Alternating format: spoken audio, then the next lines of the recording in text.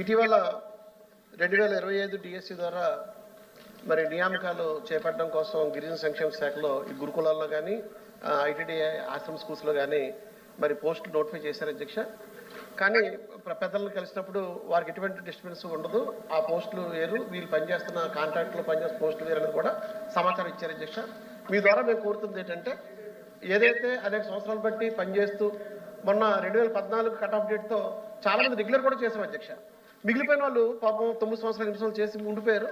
వాళ్ళు ఇప్పుడు ఈ డిఎస్సి పేరుతో వాళ్ళని ఇబ్బంది పెట్టకుండా ఉండడం కోసం మరి మంత్రి గారు, ప్రభుత్వం కూడా దయగల ప్రభుత్వం కాబట్టి తప్పనిసరిగా వాళ్ళని ఆ పోస్టుల్లో కొనసాగేటట్టుగా రిక్రూట్మెంట్ చేసుకున్న ఇబ్బంది లేదు, కానీ వాళ్ళకి భద్రత కల్పించినట్టుగా మీ ద్వారా కోరుతున్నాను అధ్యక్ష.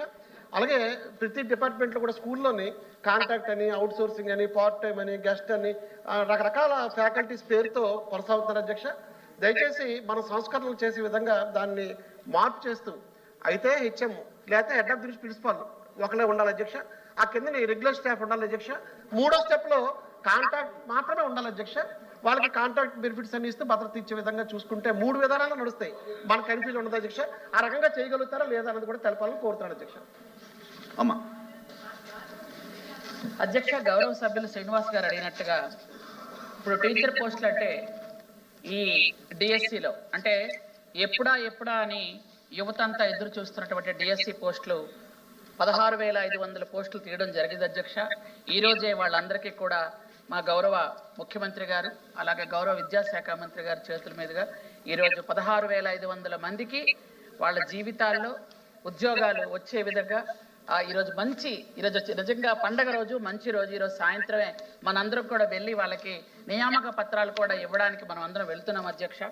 దాని వలన మనకేమైందంటే ట్రైబల్ వెల్ఫేర్లో ముఖ్యంగా 2 ఉన్నాయి అధ్యక్ష, గురుకులాలు అలాగే ఆశ్రమ్ స్కూల్స్. ఆశ్రమ్ స్కూల్స్లో 881 మందిని తీసుకుంటున్నాం అధ్యక్ష. అలాగే గురుకులాల్లో 1,118 అంటే 1,118 పోస్టుల అధ్యక్ష. అంటే టోటల్గా 2,000 పోస్టులు మా గిరిజన శాఖలో తీసుకోవడం జరుగుతుంది అధ్యక్ష. అలాగే గౌరవ సభ్యులు చెప్పినట్టుగా ఏవైతే ఇప్పుడు మనకి కాంట్రాక్ట్ పోస్టులు ఉన్నాయి అన్నారు, అవి కాంట్రాక్ట్ పోస్టులు కొన్ని ఉన్నాయి అధ్యక్ష. వాటిని కూడా మనం ఆల్రెడీ 483ని రెగ్యులేట్ చేయడం కూడా జరిగింది అధ్యక్ష. మిగిలిన పోస్టులు కూడా మనం ఖచ్చితంగా వాళ్ళు పనిచేస్తున్నారు. ఎవరిని కూడా ఈ కొత్త పోస్టులు వచ్చాయని కానీ పాత వాళ్ళని తీసేయాలని ఈ ప్రభుత్వం అలాంటి కఠిన నిర్ణయాలు ఏమీ తీసుకోవట్లేదు అధ్యక్ష. ఖచ్చితంగా ఎప్పటి నుంచి కష్టపడుతున్నటువంటి, ఎప్పటి నుంచో పిల్లలకు విద్యాబుద్ధులు నేర్పుతున్నటువంటి ఉపాధ్యాయులు అంటే మాకు చాలా గౌరవ మర్యాదలు ఉన్నాయి అధ్యక్ష. కాబట్టి వాళ్ళని ఈ ఉద్యోగాల నుంచి తీసేసే ఆలోచన అయితే ఏమీ లేదు అధ్యక్ష. ఖచ్చితంగా ఈ సంవత్సరం గత 4-5 సంవత్సరాలుగా ఎవరికి ప్రమోషన్ రాలేదు అధ్యక్ష. ఈ సంవత్సర కాలంలో 19 పోస్టులు మేము ఆల్రెడీ ప్రమోషన్స్ ఇవ్వడం జరిగింది అధ్యక్ష. నా శాఖలో 19 పోస్టులు కూడా మనం 3 డిప్యూటీ డైరెక్టర్స్కి ఇవ్వడం జరిగింది అధ్యక్ష. అలాగే DTWలు 3 ఇచ్చాం అధ్యక్ష. అలాగే డిప్యూటీ డైరెక్టర్స్ ట్రైకార్లో 3 ఇచ్చాం అధ్యక్ష. ATWలు 5 ఇచ్చాం అధ్యక్ష. అలాగే డిస్ట్రిక్ట్లో అసిస్టెంట్ సూపర్వైజెంట్లు అలాగే మేనేజర్స్ వీళ్ళు 5 ఇచ్చాం అధ్యక్ష. టోటల్గా 19, ఎప్పుడు కూడా కనీవిని ఎరగని రీతిలో 19 పోస్టులు మనం వాళ్ళకి ప్రమోషన్లు ఇవ్వడం కూడా జరిగింది అధ్యక్ష. కాబట్టి గౌరవ సభ్యులు అడిగినట్టుగా మొత్తం అందరికి కూడా న్యాయం జరుగుతుంది అధ్యక్ష.